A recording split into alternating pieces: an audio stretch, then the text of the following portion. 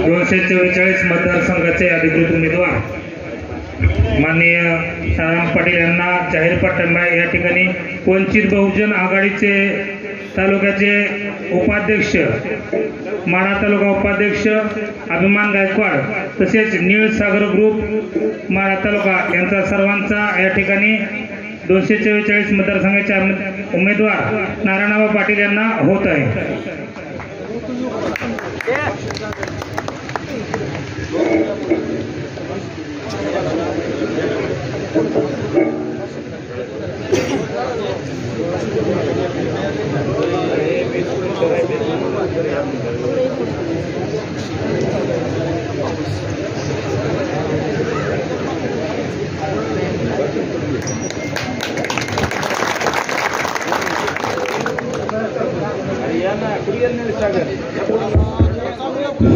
नीलसागर या ताबडतोब या टाइम होत आले।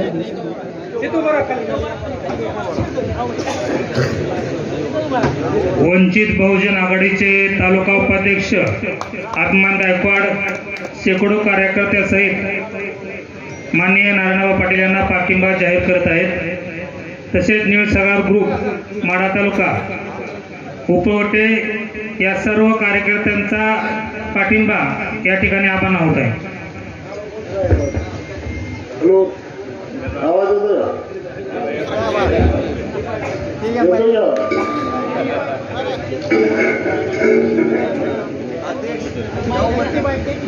होऊ घातलेल्या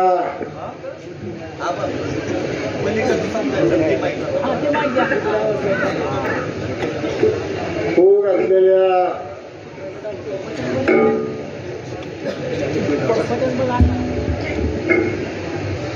244 मतदार संघातून तुमच्या आणि मोहिते पाटील सन्माननीय पवारसाहेब यांच्या आशीर्वादानं उभा राहिलेला या सर्वसामान्य तुमचा कार्यकर्ता या ठिकाणी तुम्हाला मतं मागण्यासाठी आलेला आहे। पाठीमागच्या काळामध्ये ज्या वेळेस तुम्ही 14 ते 19 कामं करण्याची संधी दिली, तुम्ही प्रामाणिकपणे तुमची सेवा केली आणि कामंही केली आणि म्हणून एवढंच या ठिकाणी मी सांगेल की भविष्य काळामध्ये सुद्धा काम करणार आहे। व्यासपीठावरील सर्व सन्माननीय मंडळी उपस्थित आहेत। वेळाअभावी नावं सगळ्यांची शक्य नाहीत। आपल्या वहिनीसाहेब शीतलजी देवी मोहिते पाटील आणि सर्व सन्माननीय व्यासपीठ या ठिकाणी उपस्थित असलेले सर्व मान्यवर आणि बंधूंनो, आज एवढ्या मोठ्या संख्येने तुम्ही या ठिकाणी उपस्थित राहिला आहात त्याच्याबद्दल तुमचं मनापासून आभार मानतो आणि तुम्हाला धन्यवाद देतो। मी सर्वसामान्य कुटुंबातला एक कार्यकर्ता, तुमच्या अनेक वर्षापासून सहवासात असलेला कार्यकर्ता, 10-12 वर्ष कुस्ती क्षेत्रामध्ये कुस्तीचे धडे घेतल्यानंतर या तालुक्यामध्ये राजकीय जीवनामध्ये माझा प्रवास झाला। मी ग्रामपंचायत सदस्यापासून ते आमदार पदापर्यंत वेगळ्या पदावरती काम केलं। मग मार्केट कमिटीचा उपसभापती असेल, पंचायत समितीचा सभापती असेल, जिल्हा परिषदेचा सदस्य असेल, 2 वेळा विधानसभेला उभा राहिलो, त्या ठिकाणी पराभवाला सामोरं गेलो आणि 3ऱ्या वेळेस तुम्ही मला काटावरती पास करून आमदार केलं आणि मग त्या 5 वर्षाच्या काळामध्ये 14 ते 19 या काळामध्ये मी अतिशय चांगलं असं काम या तालुक्यासाठी केलं. अनेक वर्ष रखडलेली दहेगाव उपसा सिंचन योजना, जवळजवळ त्या योजनेला 300-350 कोटी रुपये मंजूर करून घेतले आणि पूर्व भागाला पाणी देण्याचं काम केलं आणि त्या जी गावं त्या पाण्यामुळे ओलिताखाली आली ते आज सर्व संपन्न झालेले आहेत. भविष्य काळामध्ये आपण तुमच्या आशीर्वादाने निश्चित आमदार होणार आहे. या भागातला गुंताना गुंतात भिजवण्याची क्षमता माझ्यात आहे, मी ती करणार आहे, एवढं लक्षात ठेवा. मला या निमित्ताने एवढंच सांगायचंय की गेल्या 5 वर्षापूर्वी आम्ही वळशिवणे तलावामध्ये पाणी न्यायचा विचार करीत होतो. त्यावेळेस मलवडीपर्यंत पाणी आलतं आणि मलवडीपासून आम्हाला वळशिवण्याच्या तळ्यात न्यायचं होतं, कारण वळशिवणेकरांनी मला वळशिवण्याच्या तळ्यात पाणी द्या, आम्हाला गरज आहे, म्हणून आम्ही चारी केली मलवडीपासून. मला वाटतंय अजितदादा त्या चारीची देखभाल करीत होते आणि कामं चालू होती. आम्ही पूर्ण चारी केली आणि विलक्षण लागलं. निवडणूक लागल्यानंतर माझा पराभव झाला, चारी पूर्ण झाली आणि हे मासे आल्यानंतर पाणी सोडायच्या टायमाला म्हणले मी बेकायदेशीर चारीमध्ये पाणी सोडणार नाही. खरं का दादा? आणि मग आता मला कुणीतरी सांगितलं आता निवडणुका जवळ आल्यात, आता मागच्या काही दिवसात त्या चारीतलं पाणी सोडलं सोडलं होतं ना, पण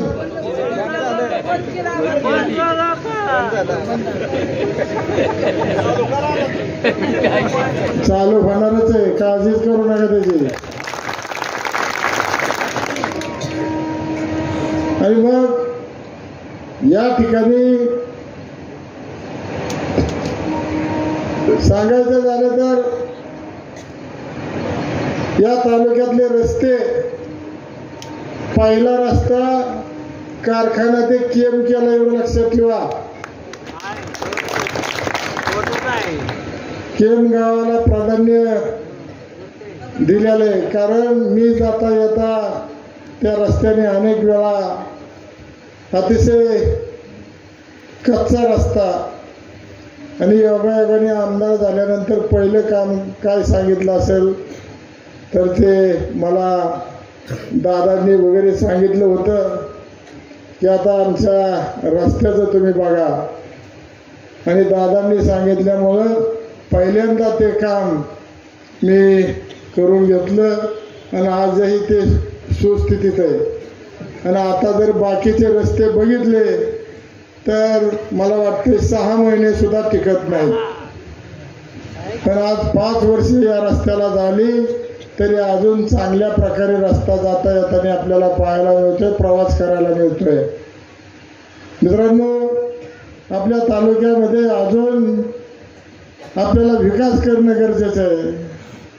उत्तर भागामध्ये त्या लोकांची रायगाव, वंदरवाडी, कोंदवडी, कोर्टी या भागात सुद्धा पाण्याची मागणी, त्या भागामध्ये सुद्धा रिटेवाडी उपसा सिंचन योजना, त्या भागामधली जवळजवळ 40 सरपंच आमच्या संपर्कात होते आणि शहाजी माने म्हणून अंजनगावचे सरपंच होते, अंकुश शिंदे पोत्र्याचे, हे आणि सगळे मिळून कामं त्या योजनेच्या संदर्भामध्ये चर्चा करत होतो. आणि ज्यावेळेस लोकसभेला प्रचारासाठी पवारसाहेब आले त्यावेळेस पवारसाहेबांच्या पुढे आम्ही हा प्रस्ताव मांडल्यानंतर पवारसाहेबांनी जवळजवळ आम्हाला 20 मिनिटं दिले आणि पवारसाहेबांनी सांगितलं की आता लोकसभा झाली, विधानसभा झाल्यानंतर माझ्याकडे या, ही योजना आपण हातात घेऊ. आणि म्हणजे भविष्य काळात त्या योजनेचा सुद्धा भविष्य काळामध्ये आपल्याला चांगला फायदा होणार आहे. आणि पवारसाहेब हे देशाचे नेते, त्यांनी देशाचं संरक्षण पद सांभाळलेले, कृषी मंत्री पद सांभाळलेले, त्याच्यामुळं त्यांच्या एवढा दूरदृष्टीचा आणि पुरोगामी विचाराचा दुसरा नेता या महाराष्ट्रामध्ये उरलेला नाही, एवढं लक्षात ठेवा मित्रांनो. आणि म्हणून आज एवढ्या वयातही ते एवढ्या मोठ्या क्षमतेने, एवढ्या मोठ्या आजाराला बरोबर घेऊन कुठलाही विचार न करता 8-8, 10-10 सभा घेतात. कशासाठी घेतात तर तुमच्या आमच्या सर्वसामान्याच्या, शेतकऱ्यांसाठी, कामगारांसाठी हे सगळं होतंय मित्रांनो. म्हणून मला या निमित्ताने तुम्हाला सांगायचं आहे की भविष्य काळामध्ये या भागामध्ये पाणी निश्चित येणार आहे.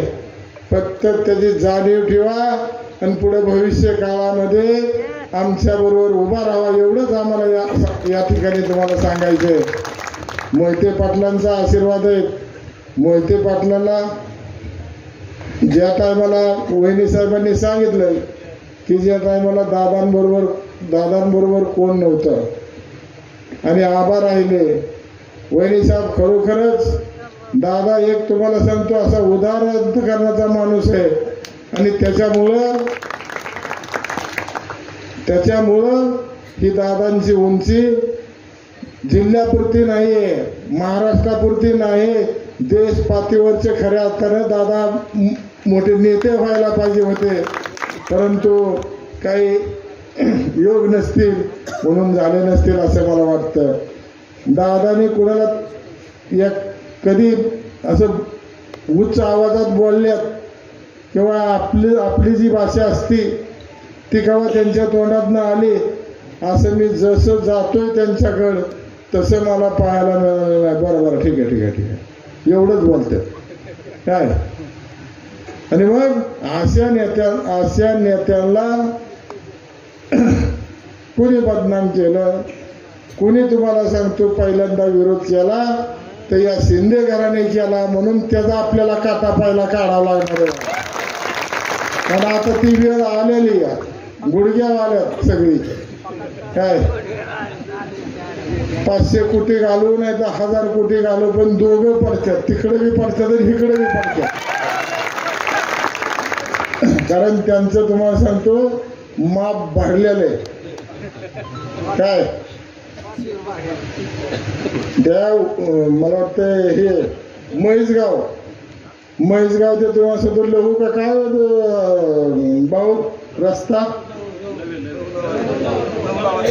लहू लावायला ते म्हैसगाव रस्ता, ती गादी कशी तुम्हाला सांगतो ते कार्पेट कसं उचलतं अशी गादी आपण कशी उचलली की तशी ती ही उचलते, डांबर उचलते सगळं आणि पुन्हा खाली पडते. म्हणजे असली यांची कामं ही घेणार सगळं सगळं कॉन्ट्रॅक्ट ह्यांच्या घरात. कुठल्याही कार्यकर्त्याला त्यांनी उपचार येऊन दिलेला नाही. फक्त तुम्हाला सांगतो ते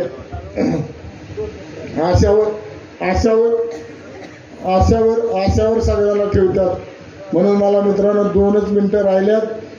आपल्याला वहिनी साहेबांचं भाषण ऐकायचं होतं. आम्ही ते भाषण ऐकलं. वहिनी साहेबांनी अतिशय चांगलं असं मार्गदर्शक आम्हाला सगळ्यांना केलेलं आहे. भविष्य काळामध्ये मोहिते पाटील हे आपल्या पाठीशी खंबीरपणे उभा राहणार आहेत आणि राहिलेले आहेत. आज काल परवा 2 दिवस रणजितसिंह मोहिते पाटील माझ्यासाठी कुर्डुवाडी या ठिकाणी जाऊन आले. काही लोकांच्या गाठीपिटी घेऊन आल्या. मग नेते असावेत तर तुम्हाला सांगतो कार्यकर्त्याला सांभाळणारे असावेत. म्हणून मोहिते पाटील आणि आपल्या तालुक्याचं नातं हे आजचं नाही आहे. हे रावसाहेब पाटलापासून, गोविंदबापू पाटलापासून, गिरजादा देवीपासून हे नातं असंच पुढं चालू राहावं असं या ठिकाणी मला मुद्दा म्हणून सांगावंसं वाटतं. आणि जाता जाता माझं चिन्ह हे तुतारी वाजवणारा माणूस हे आहे आणि ते 2 नंबरला आहे. पहिलं आणि दुसऱ्या नंबरला माझं चिन्ह आहे. या चिन्हावरती मला बटन दाबून प्रचंड मताने विजय करावं असं आवाहन करतो. अधिक न वेळ घेता मी माझे 2 शब्द संपवतो. जय हिंद, जय महाराष्ट्र. रामकृष्ण हरे. राम